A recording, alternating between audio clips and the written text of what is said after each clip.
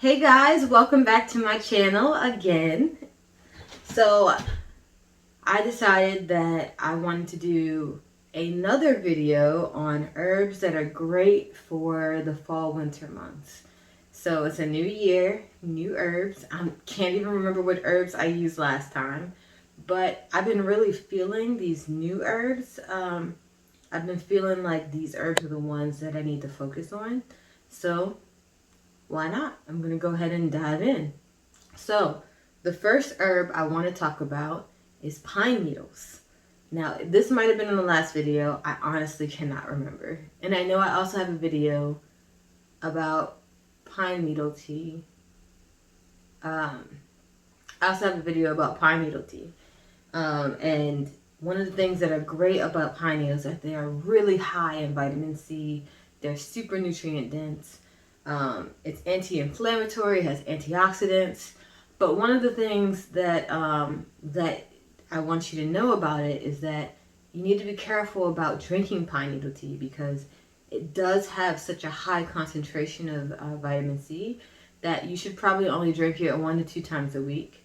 I would not drink it every day or like all the time because you don't want to overload your body with minerals. Like sometimes it's okay, but not all the time. So it's important for you to just take it every once in a while. Just add some forest magic into your body. Next is cedar. So cedar can be used, you can use the cedar tips or you can use the you can use the cedar berries. You can also sometimes use cedar bark. Cedar bark is great astringent, great for wounds and cuts and things like that. Cedar berries are filled with antioxidants and have like wound healing capabilities also. Cedar tips are also antiseptic, anti-inflammatory, antispasmodic, diuretic. They have high amount of vitamin C, very similar to pine needle tea. So once again, only take it 1 or 2 times a week. And it's also an expectorant. It's good for coughs. It helps get rid of phlegm in the throat and keep you very healthy. And it also tastes like the forest, which is one of the great things about it, right? It's a great way to add taste of the forest to your tea and things of that nature. I added those because, those are things that I rarely talk about, like they're evergreens.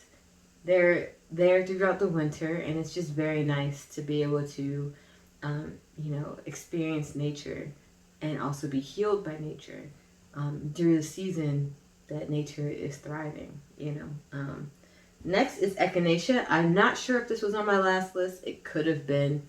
But Echinacea is really great and well known for colds. Actually, most of the articles that come from that study Echinacea. Sorry, most of the articles that study Echinacea actually say that it's good for colds, and they only really study the cold aspect of it.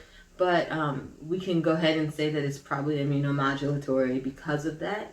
But not only that, it also is antimicrobial, anti-inflammatory, and obviously it's healing. The root is one of the best parts to use, but you can also use the flower in certain plants. Some plants you can't use the flower, so I recommend doing some research into which flower you're going to get it from. Echinacea purpura is probably the one that is the most well known for its cold and flu capabilities. Next is juniper. We're talking about juniper. I'm using juniper. I feel like I'm really feeling these winter forest herbs. Probably because I live in Philadelphia now. But it really is kind of it really is kind of just really speaking to me. These types of very woodsy herbs are really speaking to me this winter, so I'm thinking it's going to be really helpful for this winter. But juniper is high in nutrients in general. It's a diuretic. It's great for your stomach. It has bitter capabilities. It's antioxidant. It's anti-inflammatory. It's also cardioprotective because of all the antioxidants. So it helps with your heart. Um, it is antimicrobial, detoxifying. It helps detoxify you. It's just all around just a nice herb. And not only that, it has kind of like a orangey, woodsy thing going on, which I absolutely love. So I love juniper in general because it is just the overall healing. Because while it's still like COVID's still happening right now, cold and flu season is still happening also, and people are still getting stomach aches. And when you're inside and it's cold, you eat a lot of just really hearty foods, and sometimes you need a bitter to help, increase the digestive juices and get rid of some of that food in your belly and keep you healthy. So juniper is a great addition. Next, I'm going to talk about cinnamon. I'm hoping that like all of these aren't in the last video, but it doesn't matter. It's a new year. These are the herbs for this year. So cinnamon, as you know, if you've been following me, is one of my favorite herbs in general. I love cinnamon. It's a Martian herb. It's very energetic. It's very stimulating, which I really love about it. But it's also filled with antioxidants. That red color is filled with antioxidants. It's cardioprotective, so it's really good for your heart.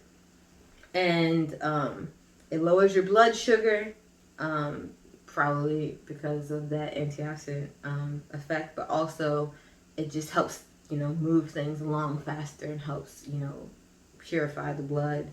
It's a neuroprotective because it increases blood flow to the brain. And then it's also antimicrobial. But it's also one of the things I didn't put on my list of things, and I'm probably reading off a list.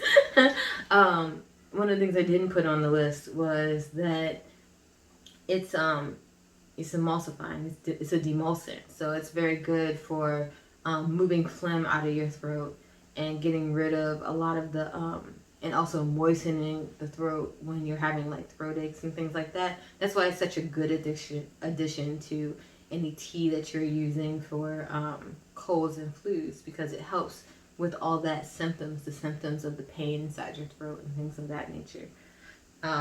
Last but not least, chaga. This is something that I have been wanting to work with for a long time. I haven't really worked with it. I'm waiting for it to come in the mail at this very moment so that I can use it and experience it and feel it. I've worked with cordyceps, I've worked with reishi, I've worked with a lot of different mushrooms, but chaga seems to be this hardy, ancient kind of like herb that I feel like has been calling to me, and I'm going to put it on this list of herbs for the winter. It lowers your cholesterol, it's high in antioxidants, it's nutrient dense, which is something you need in the winter because in the winter time we often don't get enough nutrients because we're trying to keep warm, we're trying to stay in, we're trying to experience, just this cozy feeling. And a lot of the foods we eat for that cozy feeling don't contain a lot of nutrients. But chaga is something you just sprinkle in your soup, sprinkle in everything, put it in your tea, maybe your pine needle tea like Jonna Jensen does, and really just experience a healing aspect. But it's also immunomodulatory, which we all need healthy immune systems during the winter. So that's one of the great things about it. It also regulates the production of cytokines. That's how it's immunomodulatory.